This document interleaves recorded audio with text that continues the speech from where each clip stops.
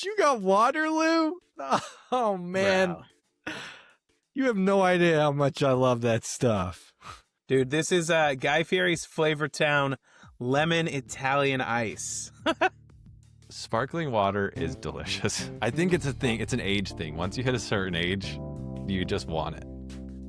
Dude, it's pretty good. I won't lie. It's not my favorite, but of the lemon type flavors I have, it might be the best. People who hate sparkling water are just thinking about it completely wrong because they open up a can, they hear the psst, then sparkling water is a treat. Now, if you're comparing it to soda, it sucks. That's what I'm saying. Yeah. I mean, my wife thinks it tastes like dirt, so there's that. I love sparkling water. Do you know what? I don't even like the flavored sparkling water. I just want soda water. Don't even flavor it. Just give it to me straight out the freaking machine.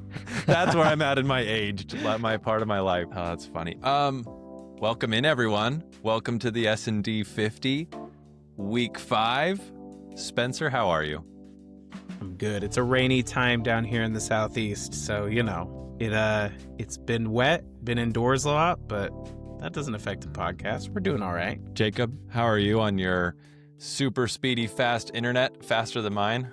You know, it's been a bit rainy here in the Mountain West too, Spencer. In fact, I was out shooting my gun this evening, trying to sight it in for my elk season that is upcoming soon, and it started raining on me, but it was still a beautiful day out in the Mountain West. It's great to hear. Oh, and Andrew, Spencer, I don't know if maybe you guys said this on the first episode, but what does the S and the D stand for in the S&D 50? My guy, it's Spencer and Drew. Now that you say that, I think I remember. I think. Did you guys say that on the first episode? We might have. Okay. I don't know. Okay. It's a good question. There are no dumb questions here. There's a lot to be asked and answered, so good. I'm glad we're getting the big ones out of the way. Yeah, we named it after ourselves. If we get time for it, I may even have a listener question. It's great. We'll do that. We do have an email on our YouTube channel. If you do want to send in listener questions, feel free to hit us up. We have an email. Check us out on YouTube. Send us listener questions. Find our videos. We post some shorter form videos of the content here, so follow us there. Give us a like, throw us a subscribe. I don't know what the kids say to get people to watch their YouTube stuff. Smash that like button. Smash that like. Smash that like, hit that subscribe, and come and join us in the chat. That's what they say. But we don't have a chat yet, so don't join us there. Yet. But leave comments. Spencer, do you want to describe the show to people now that we've gotten the S and the D described?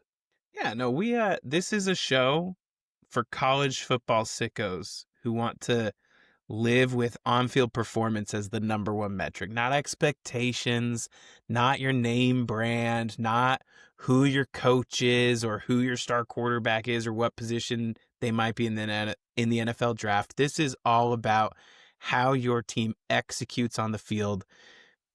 You know, it takes into account who you play and how you play them.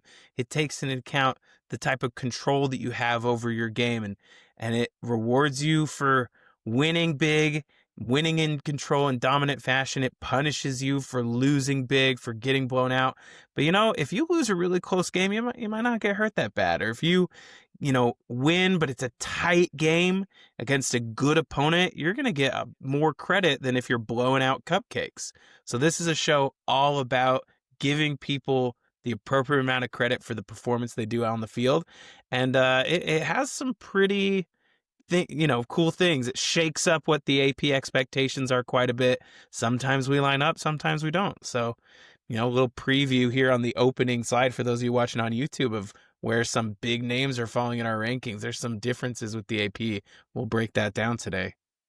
And do you want to describe what goes into putting this show together? Because some people might think we just get on here, fire up the mics, and start just shooting off rankings for teams. How's this work week in and week out with putting the show together? We've got a model that we built that takes into account how a team performs minute by minute in the game. When takes into account when you score, when your opponent scores, how long you hold leads and give up leads for, and it gives out a rating. And based on that rating, certain adjustments are made. The model makes adjustments based on not just how you did in the game, but how you were expected to do based on the difference of rating between you and your opponent. So Georgia, for example, is not going to get a ton of credit for blowing out Georgia State, but they would get a ton of credit if they blow out Alabama. Thanks, Spencer. That's super helpful. This show, we do all the graphics ourselves. We run this model ourselves. We scrape Sunday. We put the graphics together Monday. We put this out on Tuesday. We love this and we want to share it with the world. And again, like Spencer said, we are rewarding on-field performance and performance of past opponents. So when you see a team move up or down, that's how it works. The way the show is structured, we review the previous week games. We reveal the top 50 teams this week. And then we do, looking ahead, next week's games, conference index, and playoff picture. So let's get into week 4 games to watch. So these were the games that the model, the S&D 50 model, recognized as teams that were closely rated together and were therefore competitive and should be watched. So we're going to go through each game and we're going to talk about the result, what the model determined, and if it was competitive or not. So we had number 36 Texas Tech going to number 22 Utah. Texas Tech won 34-10. That game was competitive with a competitive rating of 79.2. And for those listeners who are new, anything above 70 is considered competitive. So 79.2, great game. Purdue, number 59 Purdue went to number 54 Notre Dame. The final score was Notre Dame 56, Purdue 30. There were delays in this game if you were watching. The competitive rating was 28.1, not competitive. Yeah, we didn't even knock down the competitive rating for all the delays. Delays make games unbearable to watch, in my opinion. And the telecast did go to Illinois, Indiana right away, so we didn't even have to see the second half. That's true. Well, not that game was any more competitive, but we'll get there. That's true. So not competitive. Number 11 Auburn went to number 10 Oklahoma. The competitive rating was a 90.4. That might be one of the highest competitive ratings we've seen this year. It was insane. Oklahoma won 24-17. Ball State, number 115, went to number 110 Connecticut. The competitive rating was 79.6. We said last week this would be good. It was. It delivered. Connecticut 31, Ball State 25. And can I just say, the Vegas lines had Connecticut as a 21-point favorite. They had it put as a completely non-competitive game. But if you just check the S&D, you would have saw these two teams were basically equally matched, and it was a great game.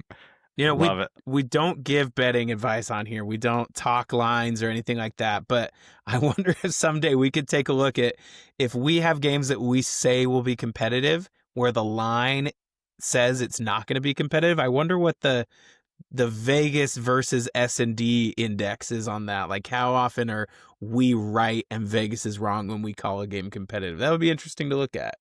Egregious lines should be mentioned. I love that.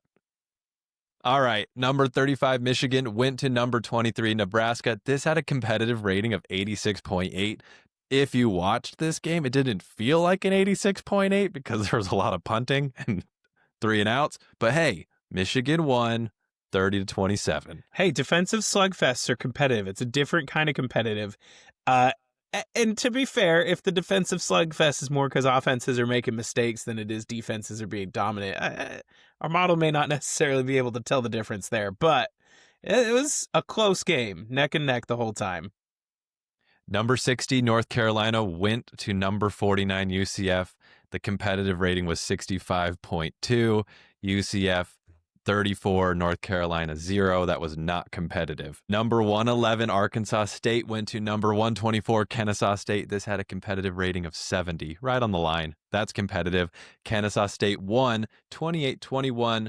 This was an interesting one. I'll throw this in there. Arkansas State played Iowa State 2 weeks ago and gave them a great fight. Clearly, there are letdown spots. This might have been one of those. Yeah, Kennesaw State, too, jumped out to like a 21-0 lead in the first quarter, so it did not look like this would be a competitive game.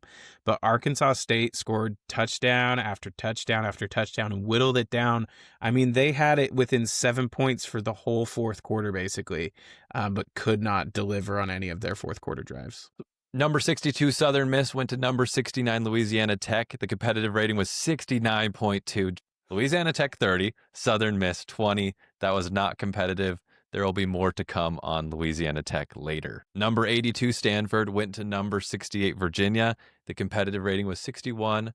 Virginia won 38-20, not competitive.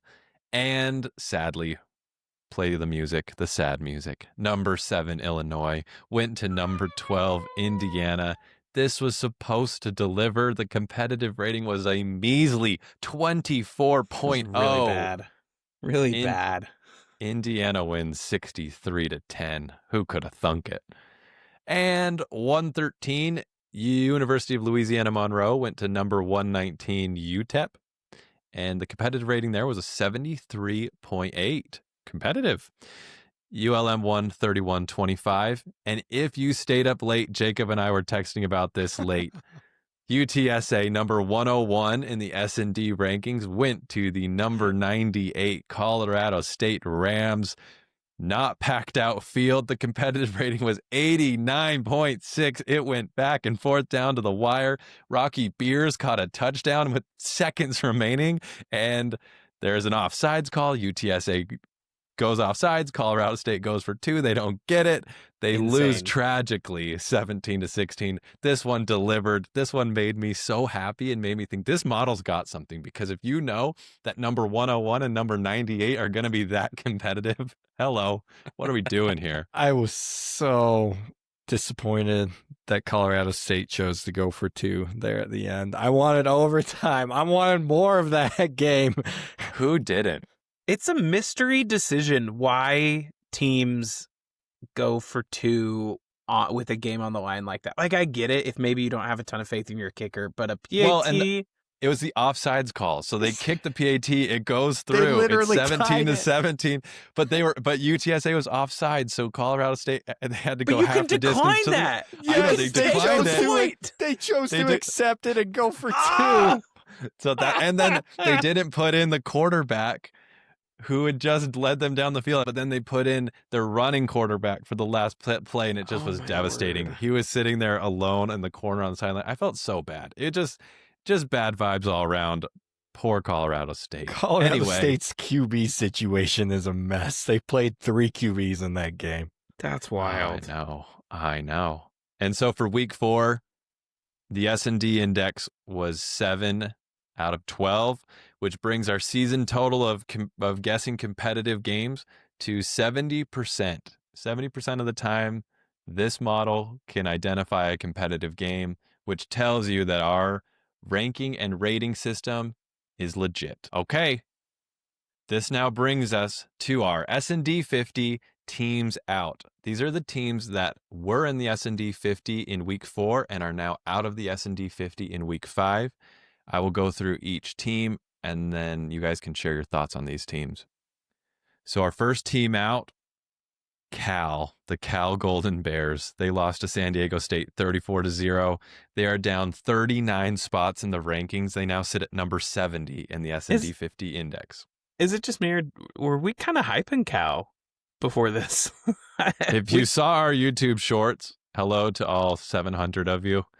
We did put a short out that said they'd go 12-0.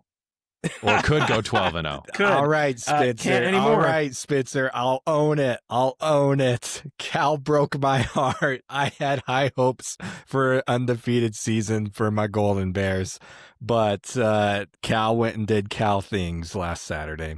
A lot of turnovers. They're going to have at least 2 losses now, because you know who else they got on their schedule later on? Louisville. Hello. Spencer's Louisville Cards. Cal could still do really well in the ACC.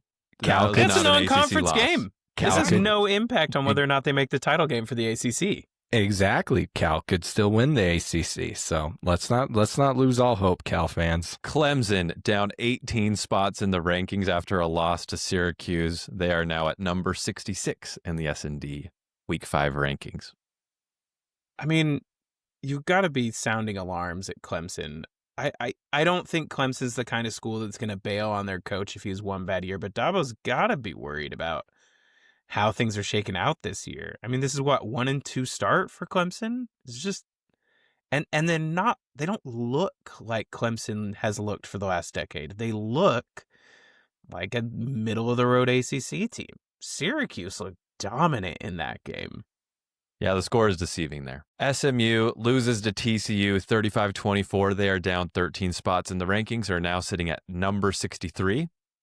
I actually watched a lot of this game. This game was close. Like, it felt way closer than the 11-point final score. SMU was fighting tooth and nail. And TCU, we have TCU pretty highly rated. They're just outside of the top 10. And SMU came to play ball, and they really wanted that iron skillet. I think that they also have a strong path in the ACC still. Baylor down 16 spots in the rankings after a loss on a last-second field goal to Arizona State. They now sit at number 60. I do see with Baylor, they will be pulled up by Arizona State's performance. I have a lot of faith in Arizona State this year, so we will see them, I'm sure, back in the S&D 50 later if they continue to win and not lose these close games. Arizona State needed 3 turnovers. Arizona State needed Baylor to commit 3 turnovers in order to win on a game-winning field goal as time expired. Take that or leave it for what it's worth. But yeah, I can see Baylor climbing back up. Number 58, the South Carolina Gamecocks. They lost to Missouri 29-20. They're down 11 spots, and that's why they're at 58. I mean, how hard do you take this if you're a South Carolina fan, that you start the year with genuine playoff hype, genuine national title consideration? You know, you ended so strong last season. Lenore Sellers looked so good. And, you know, now you've dropped 2 of your first 4 games. Like, the season's not over. You know, Lenore Sellers played. He played well. You know, 2 touchdowns, no picks. But, you know, Missouri, maybe we're all underrating Missouri a little bit, but South Carolina, that's got to be a hard loss to take at this point in the season. Spencer, to answer your question, if I'm a South Carolina fan, yeah, I'm in the dumps. And you know why I'm in the dumps is because I know the playoff committee just pulls random numbers out of their heads individually and then puts it together to create the 12 playoff team. Now, if I'm looking at this and if I knew the playoffs were chosen by the SND, I would be like, oh, hey, we're only at 58. We're in the SEC. We have plenty of games and plenty of time to climb our way back up, and the S&D would reward that. But since that's not happening, yeah, I'm in the dumps.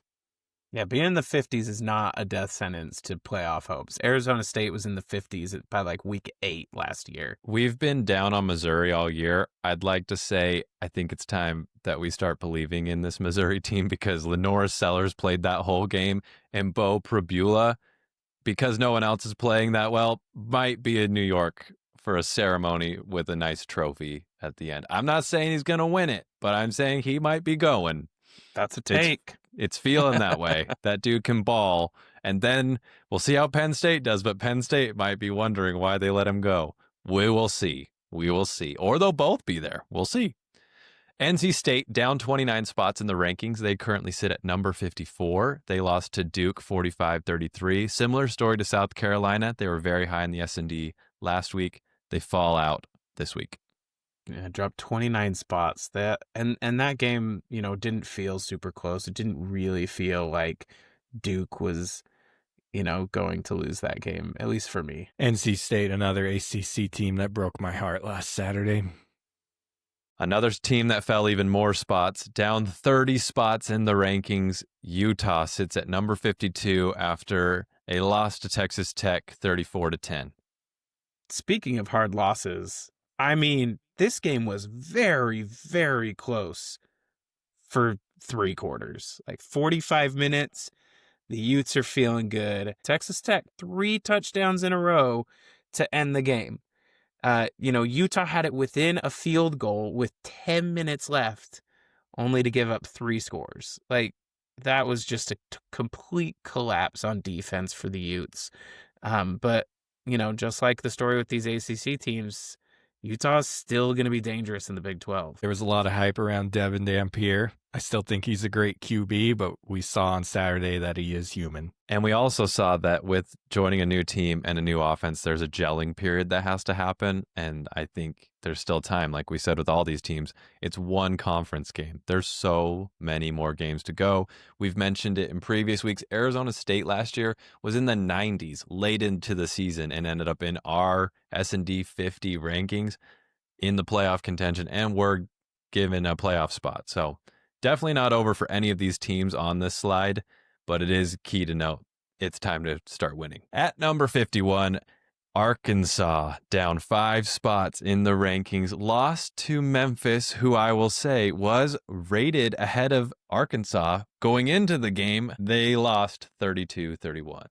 Yeah, that was a heartbreaker too. A fumble late in the game, multiple turnovers, a road game at Memphis. The Arkansas faithful are feeling pretty down right now. I know some Arkansas fans, and they are not in a good place at the moment. They might be taking it harder than South Carolina, but they also, as one told me, you get used to the disappointment.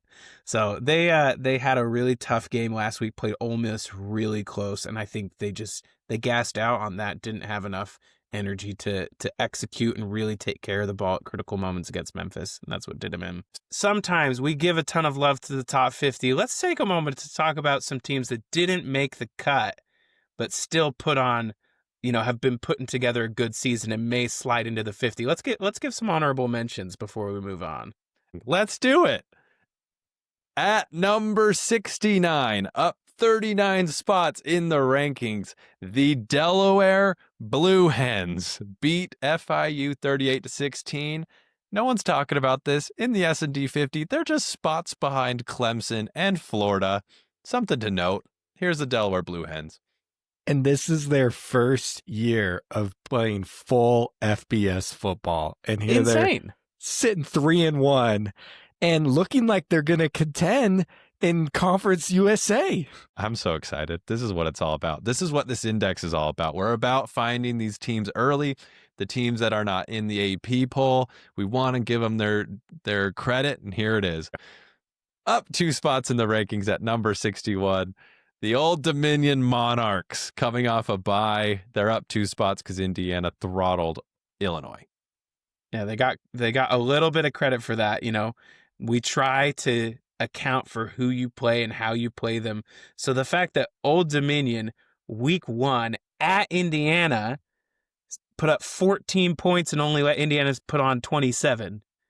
And then, it's 2 weeks later. They actually would have gotten more credit, by the way, if it had if that Indiana-Illinois beatdown had happened the very next week. But it was 3 weeks later that Indiana destroys Illinois, and Old Dominion they get a little bit of a bump from that. So it's a nod to the Monarchs for playing Indiana close in that opener. Have had a tough past 10 years since coming from the FCS to the FBS. So it's good to see them start to put together a solid year and be, can we say, in contention for the Sun Belt. Absolutely, we can.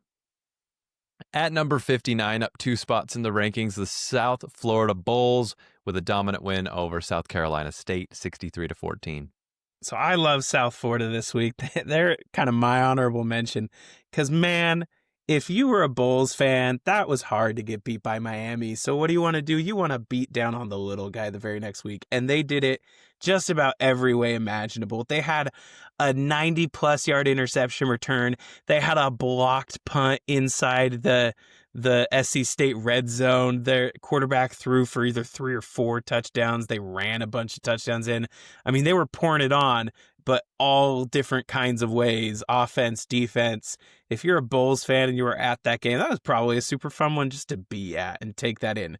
Highlight of that one, they scored 35 points in the 3rd quarter alone. But this just goes to show the model still isn't loving South Florida like the AP poll is. Like, South Florida is not ranked, but they're getting votes. So if you extended the AP, I think they'd be around 30. So quite a big difference there, but yeah.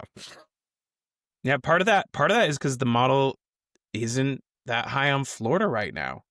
That was the kind of the marquee win for South Florida. Florida's not getting a highlight right now in our honorable mentions, but Florida's not going to be getting time in the 50 either. They're 67th.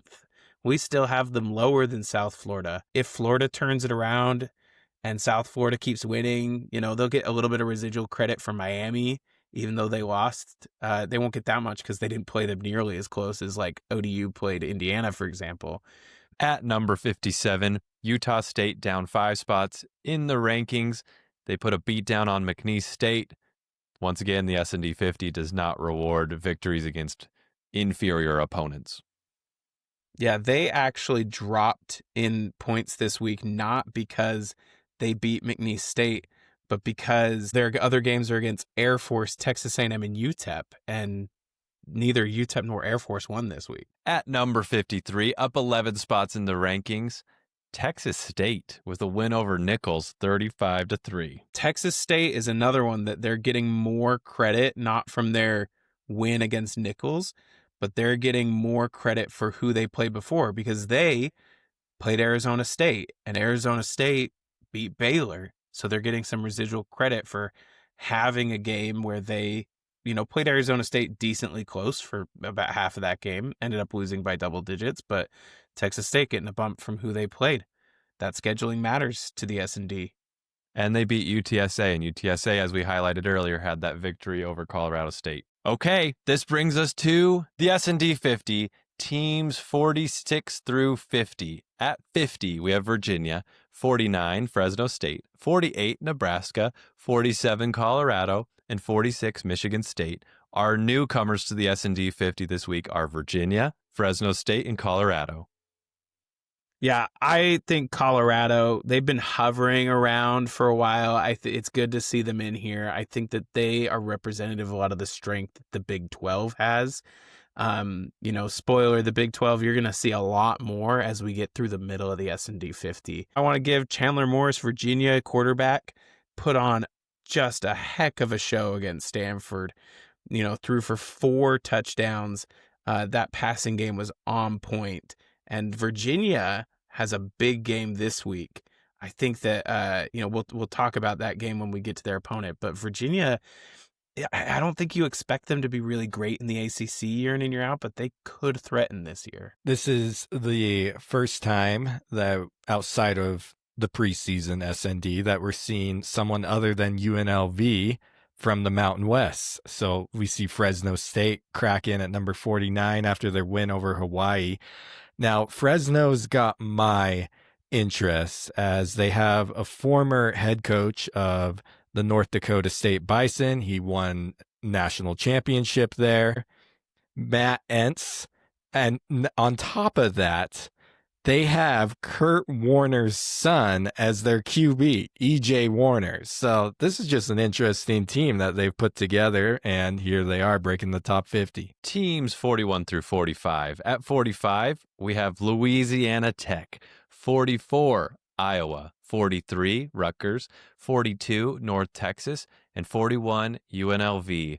New to the S&D 50, Louisiana Tech and North Texas, returning back into the S&D 50, the Iowa Hawkeyes. I mean, of these teams, we talked about how Iowa probably slept on by the model. The model's catching up. That win against Rutgers was a good win.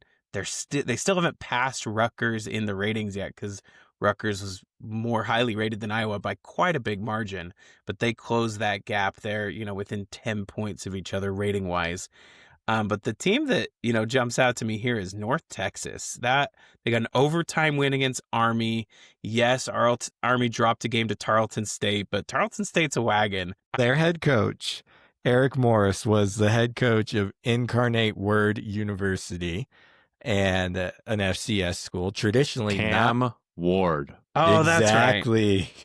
Exactly. That's where Cam Ward started. And then Cam Ward started there at Incarnate Word, and then their coach left to Washington State. Eric Morris went to Washington State to be the OC there. Cam Ward followed him, and then he took the head coaching job at North Texas. So, yeah, Eric Morris is a great head coach. North Texas is climbing the ranks, and it's going to be fun to see what damage they do in the American. One of our listeners, alum of the Incarnate Word, shout out, go Word. Louisiana Tech is the team I want to talk about. Louisiana Tech cracking into the S&D 50 at 45 with a win against Southern Mississippi. Guys, they played LSU well. We will get to LSU later, but this needs to be mentioned. This is incredible to see them this high. Hey, get credit for playing good opponents well. And last thing I want to say, if I'm in the Big Ten, the last team I want to see on my schedule is Iowa, because they're not respected by any of the polls except now the SND. But I think they're so dangerous that they could beat any Big Ten team on any day. This coming week, Iowa has Indiana. I am looking forward to that game. Should be incredible. And they're hosting them too. It's going to be a good one.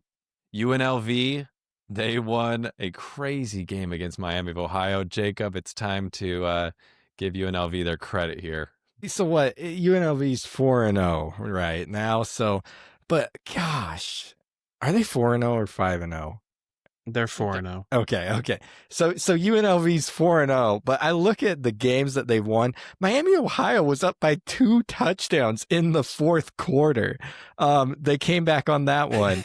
Idaho State was leading them in the fourth quarter. They came back on that one. Like, they easily could be 2-2. And so, but they keep pulling out wins, and that's all that matters. But I think that's why we're not seeing them like jump up the rankings. We see them only go up 2 spots because they're just barely squeaking these wins out. Mm-hmm. Teams 36 through 40. At 40, Notre Dame. At 39, Syracuse. At 38, Illinois. At 37, Washington. At 36, Kentucky. Returning to the S&D 50, previously out of the S&D 50 in week 4, Notre Dame and Syracuse. Yeah, both Notre Dame and Syracuse were in the S&D 50 to start the season, but haven't been in it for a couple of weeks. Notre Dame, after dropping 2 games to start the season. But, you know, that win against Purdue, we had Purdue as high as the 30s in the S&D before they took a loss at USC. Then now they've taken a loss at Notre Dame, so Purdue is out. They dropped out last week, but they were still, you know, fairly highly rated. They were in the 50s, and Notre Dame just clobbered them. Notre Dame has a road game at Arkansas this week. The thing that's most interesting to me about that game is I think everyone's kind of written off Arkansas season and they see that as, you know, a loss. But we still have Arkansas just outside of the top 50. There's only 11 ranking spots between these two teams. It's a rating gap of over 100 points, so it's not going to get called out in our, highly competitive games to watch. But Arkansas can make a game of that, and that's going to be a tricky test. You could very easily see Notre Dame starting 1-3 this year. Did either of you guys see what happened to Syracuse today? We are recording this on Monday, September 22nd.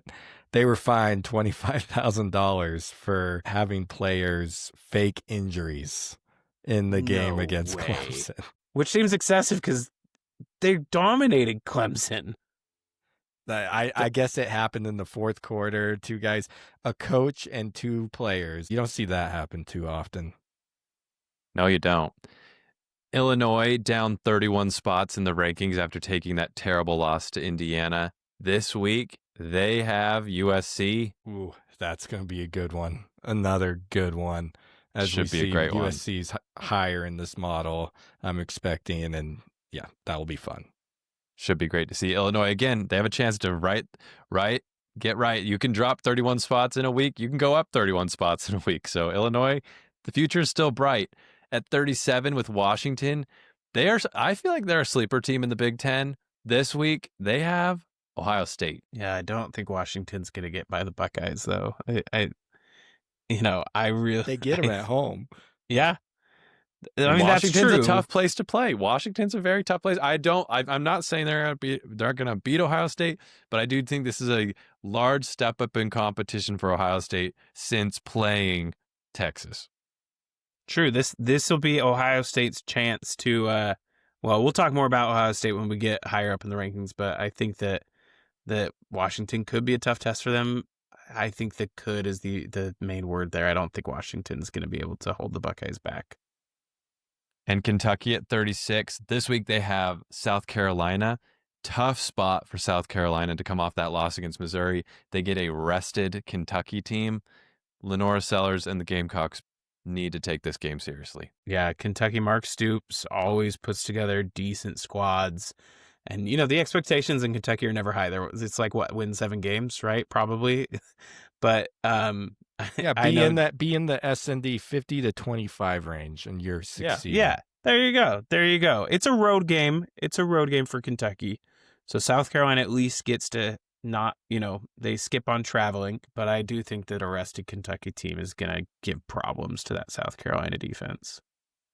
As a person who grew up watching Mark Stoops as a coach at Arizona in person and stormed the field personally when they had Nick Foles and Rob Gronkowski, I will say Mark Stoops off a bye, problem. Just a problem. Don't want any part of it. Teams 31 through 35. At 35, down 20 spots in the rankings, you have Tulane. At 34, up 5 spots in the rankings, you have Florida State. Spicy. At number 33, down 22 spots in the rankings, Auburn. At 32, down 5 spots in the rankings, Arizona. And at 31, up 18 spots in the rankings, UCF. Yeah, Tulane really took it on the chin against Ole Miss. We expected that game to be more competitive. We thought Tulane would be the flag bearer for the group of 5, and they still might be.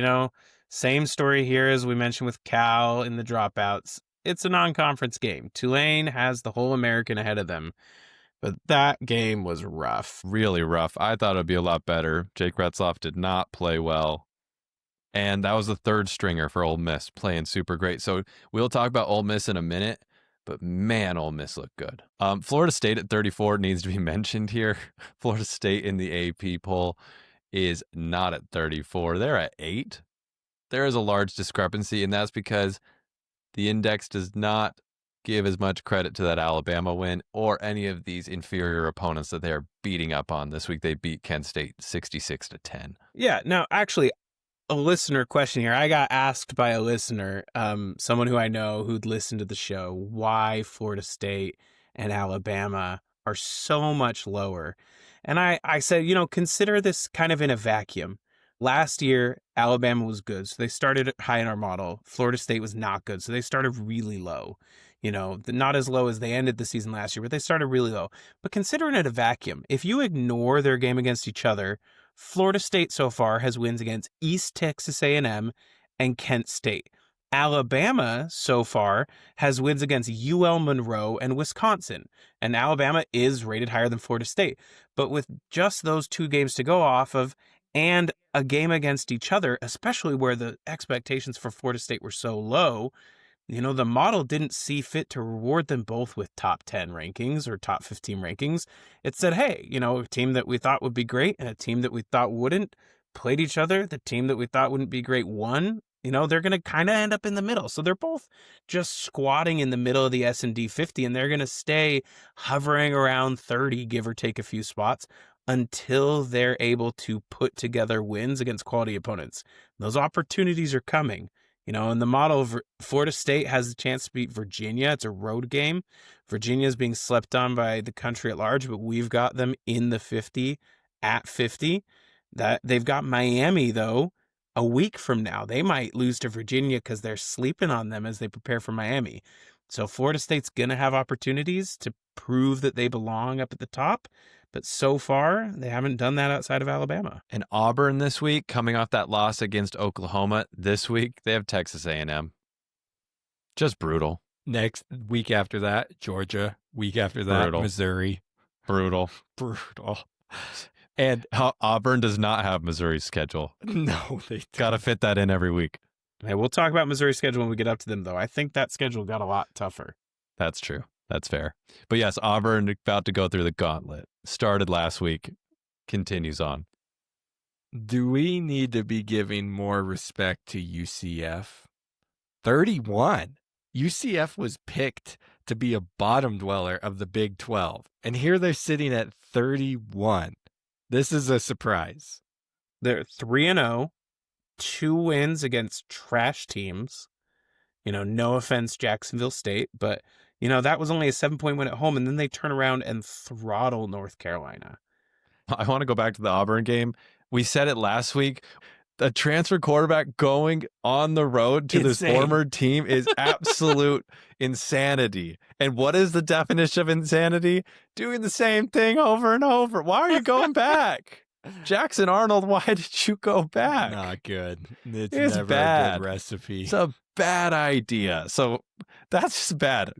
Transfer quarterbacks, look at the schedule. I get that these teams are paying you. I get it really doesn't matter. But man, it's tough to watch that on Saturday because the booing and the crowd is into it. It's tough. Makes it tough. A big game made bigger by your transfer quarterback. And Arizona this week has Iowa State. Arizona coming off the bye. Iowa State coming off a bye. I think it should be a good game. Is that the Big 12 attempting to schedule marquee matchups like the SEC does? Is that what we just stumbled into? I mean, it feels a little bit that way, but I think Arizona, I don't think people expected to be here at 32 in the S&D 50 this far into the season in week 5. Teams 26 through 30. At 30, up 8 spots in the rankings, we have Navy. At 29, up 11 spots in the rankings is Louisville.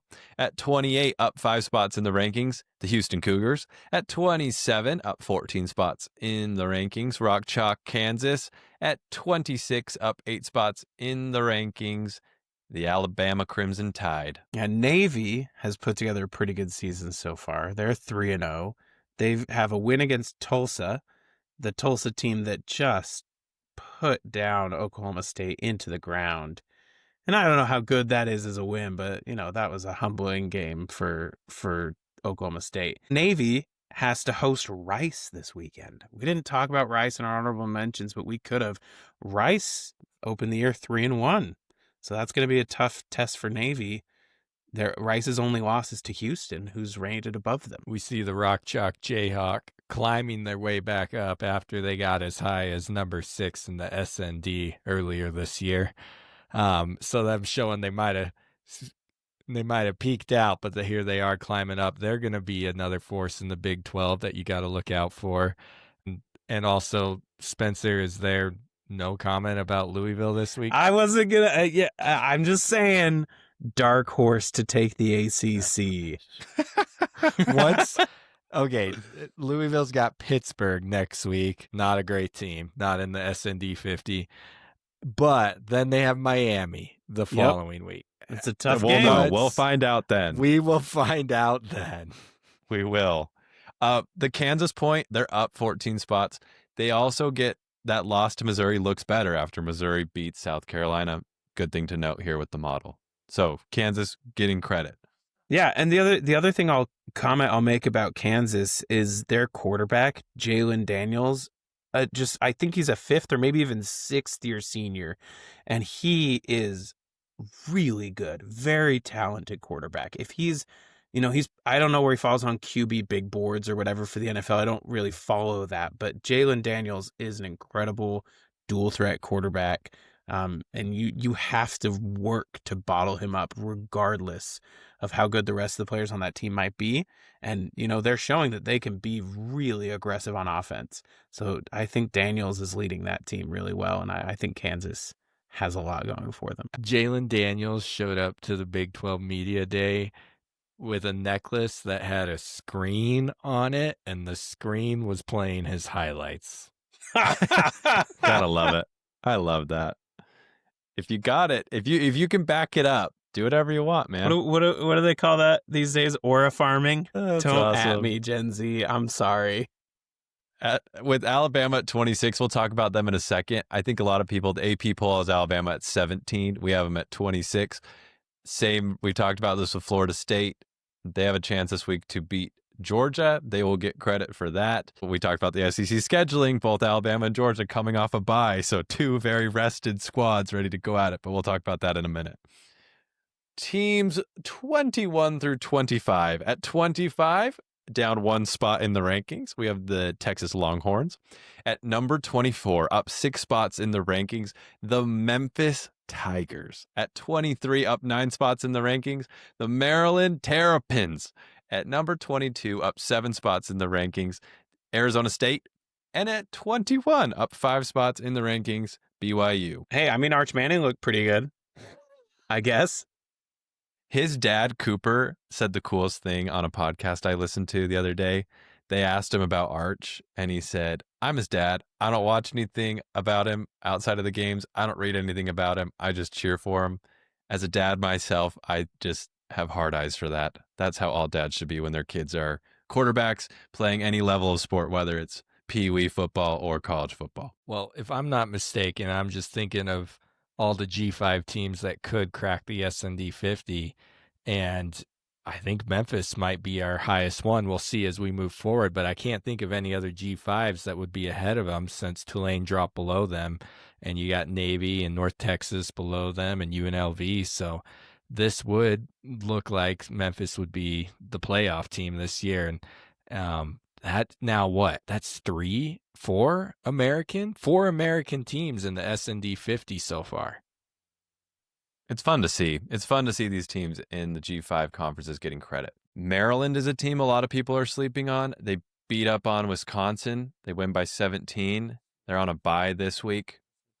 Maryland is a team we might be talking about a little bit more as the season progresses. Yeah, you're exactly right, Andrew. They're 4-0, and their next 3 games are Washington, Nebraska, UCLA. All Great. super winnable. Yeah, 7-0 is very possible. Now it does toughen up after that. Scott Van Pelt must be excited. I'm happy for him. Arizona State beat Baylor this week. It does not get any easier. They have TCU. Yeah, and TCU is rated higher than them. TCU has looked like the better team this year. This Arizona State team is not the team we saw last year, but they've still got a great coach, still got a great quarterback, Sam Leavitt, and, I think that they could do damage, but I don't see Arizona State reaching the playoffs again as a Big 12 champion. I was looking at their schedule, Spencer, and I think it's the toughest in the Big 12. They are going through a gauntlet, and I just don't see how they make it out of it intact enough for a Big 12 championship appearance. At the end of that TCU SMU game, Josh Hoover took a massive hit and looked a little shaken up. We will see how he plays next week, but that is something to note. So, Arizona State, here's their next 5 games are teams that are in the S&D 50. They go TCU, at Utah, Texas Tech, Houston, at Iowa State. Then they get a couple breaks with West Virginia, at Colorado, who is also in the S&D 50, and then they finish off against Arizona. That's brutal. Yeah, brutal schedule. And Mississippi State, they played earlier in the year. We have them much higher in the S&D 50. Arizona State has had no breaks this year. Yeah, we'll talk more about the Big 12. I mean, BYU, another Big 12 team rated just right, like within a point of Arizona State. Another team that has a tough schedule. They've got a road game at Colorado, another S&D 50 team. Then they've got West Virginia, which I guess is turning into the cakewalk of the Big 12. And then they go at Arizona, home to Utah, at Iowa State, at Texas Tech, hosting TCU. That is a brutal stretch of games for the Cougars as well. The Big 12 is must-watch TV week in and week out for this reason. No one It's gets America's a break. conference. We're going to get to the conference index. It's going to show how many teams are in the index, but man, just fun to watch. Teams 16 through 20. At 20, up 16 spots in the rankings is Texas Tech. At 19, up 16 spots in the rankings, Michigan. At 18, up 10 spots, Tennessee. At 17, up 2 spots, Vanderbilt. At 16, up 2 spots, the Oregon Ducks. Yeah, Texas Tech almost just slid right up into Utah's spot. Kind of took over where we thought the Utes would be at this point. But to your point, that's 3 Big 12 teams in a row. And 3 Big 12 teams that I think, with the exception of BYU, Arizona State, they all basically play each other. And they all play TCU, who's still rated even higher. It's a tough stretch. Another one I have to eat my words on. I thought Utah would take care of business against Texas Tech, but it was the opposite. And Joey McGuire fired both his coordinators after last year, brought in 2 new coordinators, and it looks like those coordinators are working some magic along with the millions of dollars spent in NIL. Yeah. And the Patrick Mahomes jerseys. Yeah. Yeah, I mean, looking at schedules, though, I'll tell you what, Texas Tech, it may not even be who you play left that's in the S&D 50 or in the rankings. It's how many games do you have against the weaker Big 12 foes? Because the more of those games you have, the better odds you have of winning out. Texas Tech has scheduled Oklahoma State, Kansas State, and West Virginia within, that's games number uh, 8, 9, and 12 for them. So they have a weaker back half, though they do have to play at Arizona State and at Houston in the month of October. But of the schedules we just went through, that's the one you want. That's the easiest of those three.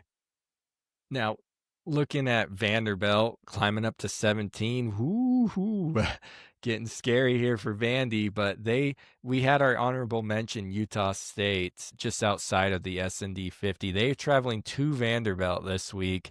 It will be interesting to see if the Aggies can give Vanderbilt any sort of run, or if Vanderbilt's going to prove their worth here at number 17 and dispatch of the Aggies pretty easily. And this is the Aggies' second time to travel into SEC country this year. They had a week 2 game at Texas A&M. They played Texas A&M close for like a quarter, but they ended up losing by 22. We'll see how they do against Vanderbilt. That's either going to be Utah State's chance to jump into the 50 and Vanderbilt's going to take a hit, or that's going to be a win that's worth something for Vanderbilt because Utah State is just outside of the 50. I really like Vanderbilt. Diego Pavia, I really like them, so I think they're going to beat the Aggies. I'd love to see a close game, but I really like Vanderbilt. Tennessee we'll get to. They have Mississippi State this week. Mississippi State is yet to come in the rankings, so we will not talk about that yet. Oregon has a massive game. They play Penn State. We'll not talk about that here. We'll get to that when we get to Penn State. They're a little bit higher. Teams 11 through 15. At 15, up 1 spot, Georgia. At 14, up 6 spots, Georgia Tech. At 13, up 4 spots, Missouri. At 12, up 2 spots, TCU. And at 11, down 3 spots, Iowa State. Georgia, man, taking that bye week to get rested for Alabama. That game is going to be good. It was good last year. Should be good this year. Okay, how many Missouri fans you think are going to watch them play UMass this week, or do you think they need a break? I bet this is the one they all UMass. skip to actually mow their lawn. Yeah. UMass is really low in the S&D 50. Out of all 136, they are very close to bottom. So, number yeah. 135, sir. They are only ahead of Middle Tennessee State.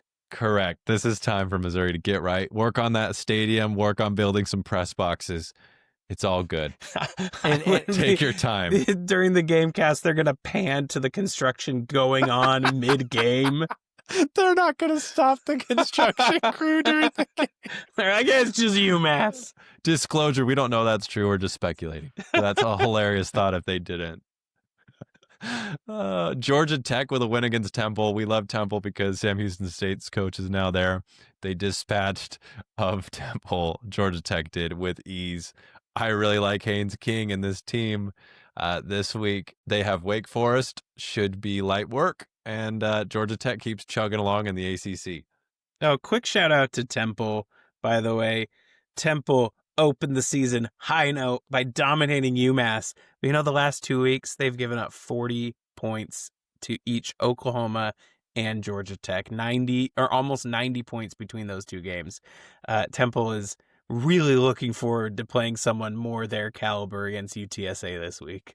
They had 2 teams in the S&D top 15 because Oklahoma's yet to come. Poor Temple. I mean, they don't have a shot when you're doing that back-to-back. Hey, I'm giving Temple some credit here. They put up 24 points on Georgia Tech. Great. It's great. And On the only road. lost by 3 scores. So Only.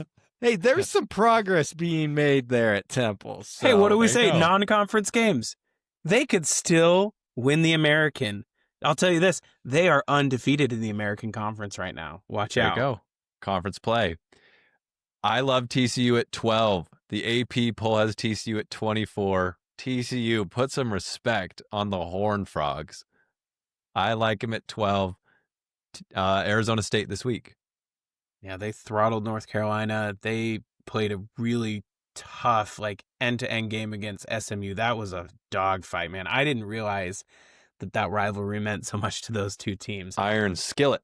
Yeah, but TCU is I think TCU is this year what Arizona State was last year. I think TCU is going to take that game against the Sun Devils. And Iowa State coming off the bye, they have Arizona. I really like Matt Campbell and Rocco Becht. The experience there, it's great. I'm glad they're coming off some rest. They had that week 0 game against Kansas State. Love them at 11. Yeah, I think they'll take care of business against Arizona. Arizona's good. Don't get me wrong. The S&D is not wrong for having them where they're at, but the S&D is not wrong for having Iowa State at 11. Teams 6 through 10 in the S&D 50. At 10, we have Penn State down 4 spots in the rankings. At 9, we have Miami up 4 spots in the rankings. At 8, up 1 spot in the ranking, we have Mississippi State. At 7, up 5 spots, Indiana. And at 6, up 4 spots, Oklahoma. Let's start Penn State, Oregon. Night game, wide out. Week 5. This is what it's all about. Yeah, this is going to be a big time game for both teams. In the AP, this is a top 10 matchup. For us, it's top 20. But this is going to bring out the fans and bring out the viewers. I think Penn State wideout is going to be the difference maker here. Oregon plays really well week in and week out. But, who have they beaten up so far? Oregon State? Oklahoma State? That win doesn't look that impressive anymore. Northwestern lost on the road at Tulane. So, we don't really know who Oregon is. Now, the same can be said about Penn State. They haven't really beat anyone. In fact, they haven't played anywhere near the caliber of competition even Oregon has. Their best win is against Nevada.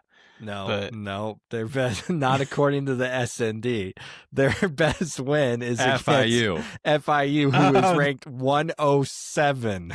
Who just lost to the Delaware Blue Hens, who was in our honorable mentions section. That's true. Credit to FIU for being better than Nevada. I take it back. But they did blank FIU. So if I had to choose a coach to go to battle with, give me Dan Lanning all day. Give me the Ducks. I want to see them walk in here. They better broadcast that pregame speech with Dan Lanning. I will be sorely disappointed if it's not on television. At 9, Miami. They're on a bye this week. They're getting ready for their season against Florida State next week. It's going to be a big game. Bigger in the AP and in the world at large than it is for us, but still a big game. And still a chance for Miami to really impose their will on the ratings. They've got to earn the points to keep going up. We're not giving them as much love as the AP is. I've seen people put Miami as number 1. The AP's got them as number 2. We've got them in the top 10. But that bye week's going to be a big rest up. I think Florida State, actually, I know we've already talked about them, but that could be a trip hazard at Virginia if they look ahead to this game too much. Mississippi State at 8. They have Tennessee this week. Sleeper game in the SEC for AP poll standards because Mississippi State isn't even ranked in the AP, but Tennessee needs to take Mississippi State very seriously. Yeah, I mean, how did we get here with Mississippi State? It's that win against Arizona State that is really boosting them this high. That and completely dominating everyone else they've played. So, if Mississippi State loses to Tennessee, and especially if they lose badly, that's going to hurt Arizona State too. It'll bring both of them down. But our model really likes Arizona State. It still has them in the top 25, and it's giving Mississippi State a lot of credit for that win. Credit that they can build on if they take down Tennessee at home. It's been awesome to see Blake Shapen's career revitalized at Mississippi State. Former Baylor starter, lost his job to who we see now, Sawyer Robinson, but now he's doing what everyone thought he was going to do at Baylor. Jeff Lebby, we got to go through Jeff Lebby's career. He's the head coach of Mississippi State because you wonder, how did Mississippi State get here? Jeff Lebby has coached at UCF from 2018 to 2019, Ole Miss from 2020 to 2021, and Oklahoma 2022 to 2023. He's got experience. It's not a nobody. So Mississippi State's building good things. Indiana at 7. The AP poll has them at 11. Respect the Hoosiers. They crush Illinois. Okay, let's Let's stop talking about Heisman talk for Missouri's quarterback, and let's start talking about Heisman talk for Indiana's QB, Fernando Mendoza. He has 14 passing touchdowns up to this point of the season. Why is there zero chatter about this man and what he's doing at Indiana? And it's the Kurt Signetti effect. Nobody wants to notice. Nobody wants to pay attention to them until it's too late. Fernando Mendoza, for anyone paying attention, he went 21 for 23. That's a completion percentage of 91% against Illinois, who we had in the top 10 all season did. long. Everyone the had S&D Illinois. 50 did. Yeah. It's incredible. He's nearly at 1,000 yards. He's just shy of 1,000 yards, too. Like, this dude is lighting it up. And I mean, Cal this too- sorely misses him. Yeah. They missed him putting up a 0 against San Diego last week. This is where the model really starts to open it up a little bit too. You know, people watching on YouTube can see, but the S&D rating for Indiana is 5640. That's a gap of more than 50 points above Mississippi State at 5587. There have been no gaps of 50 points in our rating. It's all like 1s, 2s, 10s, 20s as you move from 50 all the way up to 8. And then there's a 50-point gap. So from Indiana up, this is the top tier right now in college football in terms of teams who have had the opportunity to show that they're top teams and have really put their opponents in the ground or really dominated at both ends of the field.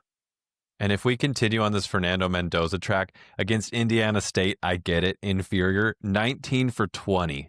Against Illinois the next week off the bye, 21 for 23. It's unreal. You're right, Jacob. He might be in New York. Man, I'm starting to believe Kirk Signetti just stayed at James Madison. He was just brought a natty there. I mean, Kurt, you could argue it's an easier path, easier regular season. He is looking legit as a coach. So legit right now. Because that game was dominant, start to finish. It was no fluke. Oklahoma at 6. John Mateer, Ben Arbuckle. I heard the coolest story during this broadcast. Ben Arbuckle, he's only 30. He turned 30 last week. He is the offensive coordinator at Oklahoma. They brought him in from Washington State. Get this, when he was a graduate assistant, he had to drive Uber Eats between practices to make enough money for him and his wife to eat at night because he was working for free. This dude has turned Oklahoma around because the defense has always been there, but now they can score. Yeah, that game was fun to watch. John Mateer has a really high ceiling. He made some dumb mistakes through the course of that game.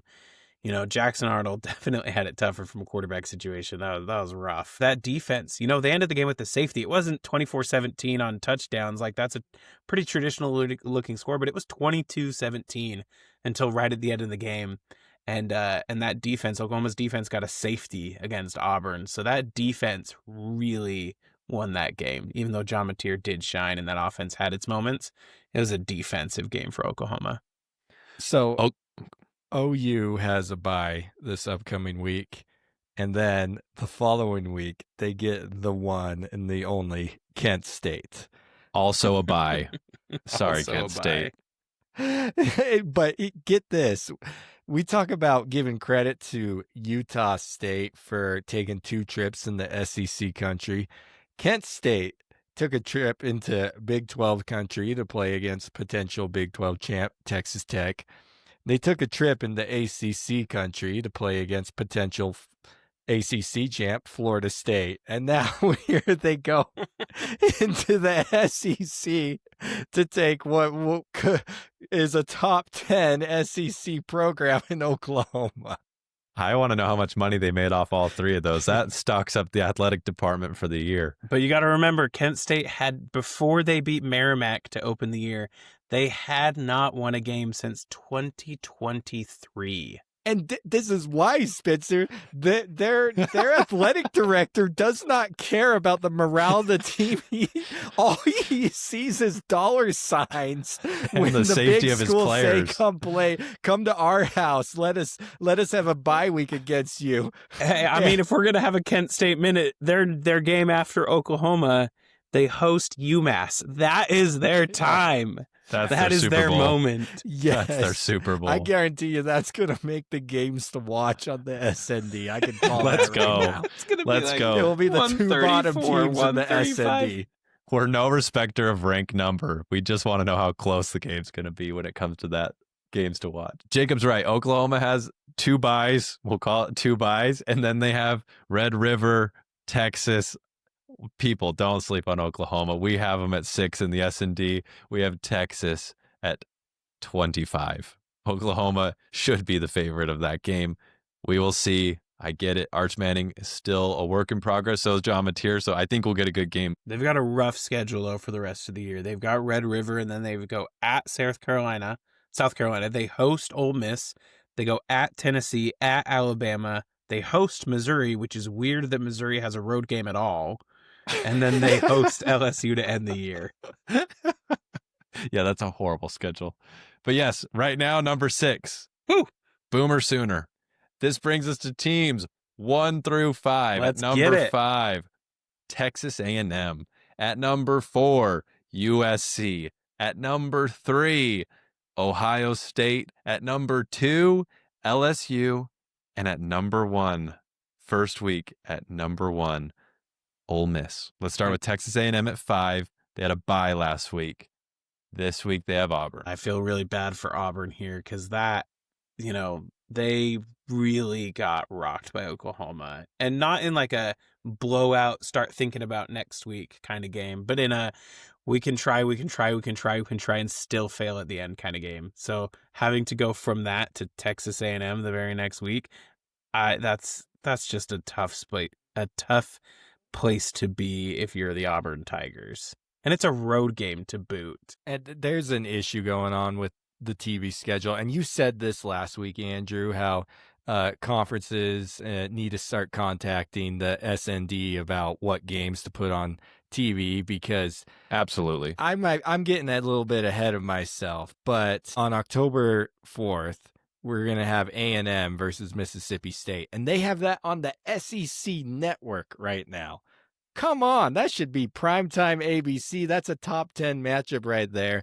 Potential big implications for the SEC championship game. Love it. Anyone contact us if you want to improve the CFP, to add another rating/ranking model into the mix, and TV networks. Contact us. We would love to help schedule who needs to be on TV when. Yeah, do you want to know who's in that midday time slot? Roughly the same time on the big networks. Yeah. Credit where credit is due. The ABC game at the same time slot is Miami at Florida State. The ESPN game at the same time slot is Texas Tech at Houston. I don't think that's going to be nearly as good of a game as Mississippi State, Texas A&M, but it's still going to be a really good game. ESPN 2 time slot, I don't think they have that scheduled, actually.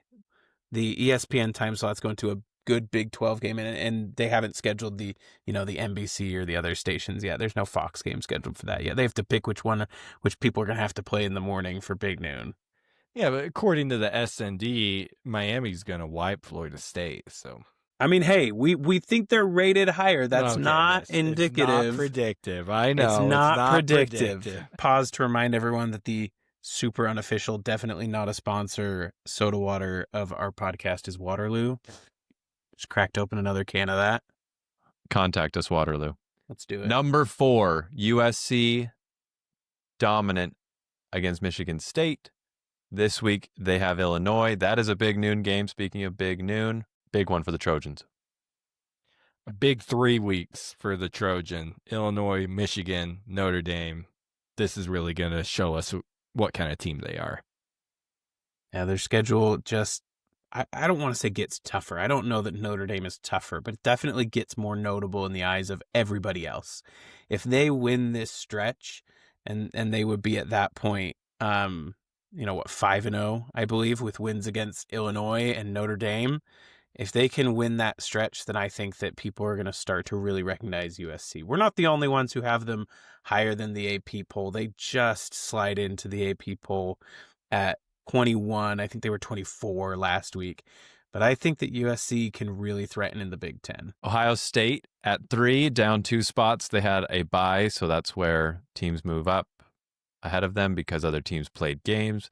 They have Washington this week. Like we said, Ohio State should take care of business, but Washington is an S&D 50 team, so take that for what it is. Now, Ohio State, if they win against Washington, they'll probably be the number 2 team next week. And with teams 2 and 1, we have LSU. They dispatched of Southeast Louisiana. Brian Kelly made the offense look a lot better, scoring 56 points there. Ole Miss dispatched of Tulane, 45-10. We mentioned this earlier. Tulane was a top 20 team in the S&D 50 in week 4. 15. Yeah, and with the third-string quarterback, looked great. This week in the Grove, get your chandeliers, get your pregame ready because we have a 1 versus 2 first time this year S&D 50 matchup. Ole Miss, LSU, they hate each other. It's a nasty rivalry that if you don't know about it, you will once you watch that game next week. It's nasty, and it should be great in Oxford. This one is an ABC game, Jacob. It's not prime time, but it is prime audience, a 3:30 Eastern game. This is going to be a fun one to watch. It's always fireworks when these two teams meet. A couple years ago, I believe the final score was in the 40s, and it was just back and forth. Malik Neighbors bombs away. Jaden Daniels, boom, boom, boom. So I think it's going to be great. Lane Kiffin's doing a great job. Ole Miss at 1 is so spicy. Ole Miss is 13 in the AP poll.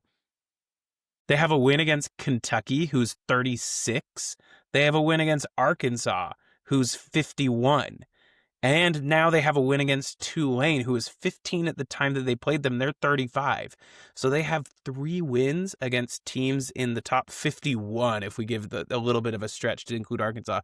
No one else has that kind of a resume so far in the season. And yeah, it's early. And yeah, they've got a long schedule ahead of them. But Mississippi, Ole Miss has proved that they belong. And I'm going to go through this. Ole Miss's schedule remaining. LSU, then a bye. Washington State, then they go to Georgia, they go to Oklahoma, they host South Carolina, they host the Citadel. Tough game. They host Florida, and then they go to Mississippi State for the Egg Bowl. If Ole Miss can win these next couple games, you have 3 of them. LSU, Georgia, Oklahoma, that are really high caliber teams. Ole Miss, that Egg Bowl, Jacob mentioned it earlier, Mississippi State and Ole Miss get down to the end. You might want to get your Egg Bowl tickets now because there might be a winner going to the SEC title game. What I'm excited to see is to see Ole Miss play the Citadel and then get dropped in the rankings in the S&D. Oh yes, that's how it works. Imagine if college football went by the S&D. How that would just put an end to those kind of games late in the season because no one wants to see you get passed up late in the year. And not going to get a lot of credit for playing those cupcakes. You might get credit if teams you beat do well. That's the thing that happened. I mean, you see Ohio LSU. State. Yeah. But you see Ohio State here, 7 rating points, just a hair of a tick up because Ohio bounced back and won. That was their last opponent. So they got a little bit of credit for Ohio's win, just to reflect that they've beat teams who are winning games. But they're, LSU, Mississippi are neck and neck right now in points. Ohio State's right behind them. It is crowded here at the top. I mentioned before that the rating point gap between Indiana at 7 and Mississippi State at 8 was more than 50 points. It was nearly 60 points. The rating gap between Indiana at 7 and Ole Miss at 1 is less than 50 points. Like, it is tight up here at the top right now. That gap that Ohio State created against Texas in week 1 is now closed. 0.5, by the way, is what separates LSU from Ohio State. We round, so you don't see that in the slide, but we round. 0.5 rating points is what separates them. This is our week 5 conference index. We take every team in each conference, average out the ratings of each team, and then we rank conferences by the average rating points. Number 9 down 1 spot, the MAC. Number 8 up 1 spot, Conference USA. At number 7, holding their spot, the Sun Belt. At number 6, holding their spot, the Mountain West. At number 5, you have the American. At number 4, the ACC. At number 3, the Big 12. At number 2, the Big 10. And at number 1, shocker, the SEC. And teams in the S&D 50, Conference USA has 1. MAC has 0, Sun Belt 0, Mountain West 2, American 6 teams in the S&D 50. The ACC also has 6 teams in the S&D 50. The Big 12 has 10 teams in the S&D 50. Big 10 has 13, and the SEC has 13. I mean, ACC and American both having 6 teams, their average rating is closer than the average rating between the ACC and the Big 12 at 3 and 4. And closer between the American and Mountain West from 5 to 6. I kind of look forward to the point in the season where the American jumps the ACC for the 4th spot in the country. It might happen, Spencer. The American has more wins over other Power 4 conferences than the ACC has over other Power 4 conferences. So, gosh, dude, American just is creeping up. We saw that gap shrink this week between ACC and American. So mad respect. 6 teams from the American. That's a little bit mind blowing, guys. Yeah, the ACC is still pretty top heavy. They've got Miami in the top 10. They've got Georgia Tech at 14. We're not giving as much love to Florida State, but they're in the top 35. Louisville's in the top 30. But the American, you've got Memphis, you've got Navy, you've got Tulane still in the 50. North Texas is looking hot. Texas, baby. Woo! Yeah, American's a good conference. This is why it's so important to look at this conference index. Not a lot of models take into account all 136 teams. Because this model does, we can do analysis like this. And I used to, as a G5 lover, I always had the debate, is the Mountain West better or the American better? Well, this S&D index is making it very clear that it's not even that close. It's the American. Yeah, per the S&D, your 2 Mountain West teams in the S&D 50 are UNLV at 41 and Fresno State at 49. UNLV as the top Mountain West team right now is behind 3 American teams in the S&D 50. Shout out to Conference USA, though, for slipping a team in, even though the Sun Belt, who has a higher average rating, doesn't have anyone in the 50. Louisiana Tech, who played a good game against LSU, getting some credit for that, putting together wins of their own, they're in there at number 45. Just for those 2 conferences that didn't make anyone in, by the way, their highest rated team for the Sun Belt, that's Texas State, who got an honorable mention. They're 53. And for the MAC, though, that's rough. Your highest rated MAC team is Ohio at 72. Rest in peace, Mac. They scheduled brutal. But Jacob told me, CUSA, baby. We need to talk about CUSA.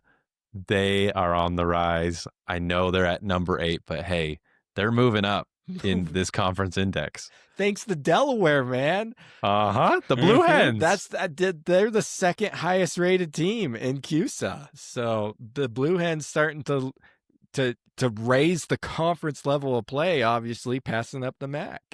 Hey, here's a conference moment for you. Ready for this? Here's the lowest ranked team from each conference. Starting with the MAC. MAC's lowest ranked team is 131 Akron. CUSA's lowest ranked team is the bottom of the barrel, number 136 Middle Tennessee State. Sunbelt's lowest rated team is number 130 Louisiana. Mountain West's lowest rated team is number 133 Nevada. American's lowest rated team is Poor Army at 129. And then you hit the Power Fours, and there is a pretty big gap. You don't have that many Power Fours crazy down here. But your lowest rated ACC team is Pittsburgh at 87. Your lowest rated Big 12 team is Oklahoma State at 115. Your lowest rated Big 10 team is UCLA at 116. And SEC, man, they are the gold standard right now. Your lowest rated SEC team is essentially just on the outside looking in when it comes to the S&D 50. That lowest rated SEC team is Florida at 67.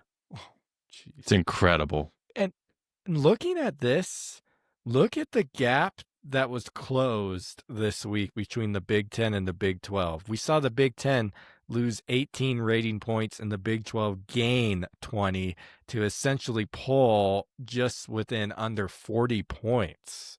That's a little bit shocking to see that so close between those two conferences, since we're always told the Big Ten and the SEC are so much higher than the Big 12 and ACC.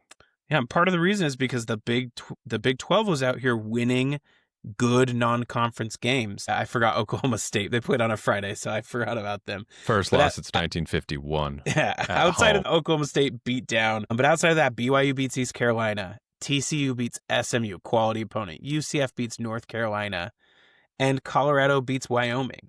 You know, when you look at the Big Ten and who they were playing in the non-conference this past week, you had Oregon beating up on Oregon State, but you have Purdue getting just rocked, boat raced by Notre Dame. And you know, you also had Washington beating up Washington State. The Pac-12, by the way, is not very highly rated in the model right now.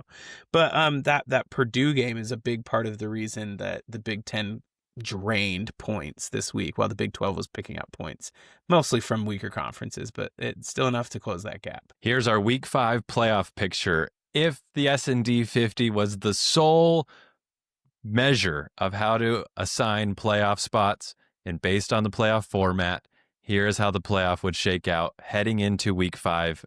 At number 8, you'd have Mississippi State hosting the Miami Hurricanes at 9. At number 5, you'd have Texas A&M hosting the Memphis Tigers at 12. At number 6, you'd have Oklahoma hosting the Iowa State Cyclones in a former Big 12 battle.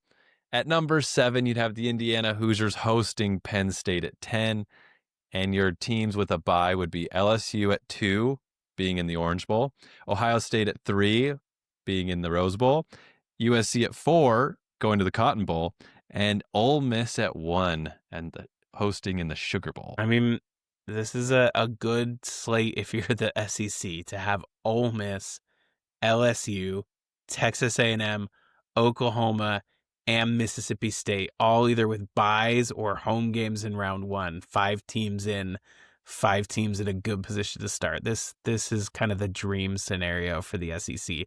And funnily enough, it doesn't include Alabama or Georgia, you know, the standard bearers for the SEC for the last few years when it comes to the playoffs. So Mississippi State beats Miami, hypothetical, right? First round.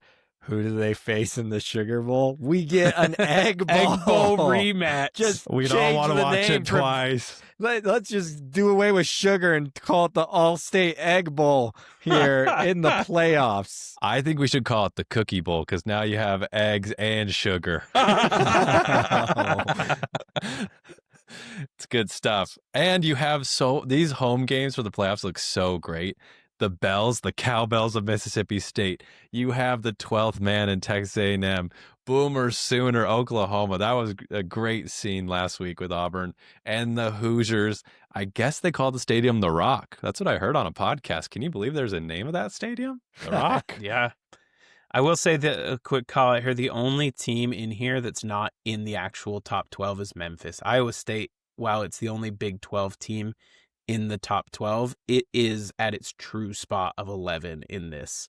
So Memphis would be the only team getting a bump. It displaces TCU, who is the 12th rated team in our model this week. The S&D 50 model looks at every single game played, looks at the rating difference between each team, and identifies the closest games to watch. So here are the 5 games to watch.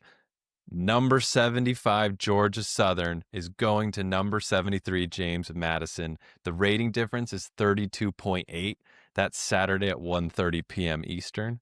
Number 2, LSU, is going to number 1, Ole Miss. The rating difference is 20.7. So close. ABC, 3:30 p.m. Watch it. Number 83, San Diego State, after beating Cal, is going to number 99, North Illinois, coming off a loss to Mississippi State. The rating difference is 93.8, also at 3:30 Eastern. Number 89, Jacksonville State, going to number 82, Southern Miss. The rating difference, 32.2, our second closest game of the week. That's at 7 p.m. Saturday Eastern. And number 16, Oregon, going to number 10, Whiteout, Penn State. The rating difference is 94.4. That is 7:30 Eastern. You can close out your night looking at the most beautiful scene in all of college football. I will say a couple of call-outs here, games that didn't make our cut. You got TCU, Arizona State. That's an S&D 50 game. Florida State, Virginia. That's an S&D 50 game. Those are on Friday. On Saturday, your S&D 50 games. You got like BYU, Colorado. You got USC, Illinois. There are games that are between rated teams, but to make this cut, the rating difference has to be less than 100 points, and only 5 games made it this week. So there are lots of other good games there to watch, but these 5 are the ones that we anticipate being the most competitive. That brings us to the end of the show. We want to thank you for listening. To anyone on Apple Podcasts, Spotify, those watching on YouTube, thank you for your support. Thank you for watching. Once again, subscribe, like. We will be here every week. We'll be releasing this rankings reveal every Tuesday all throughout the year. Have a great week, everybody. Bye.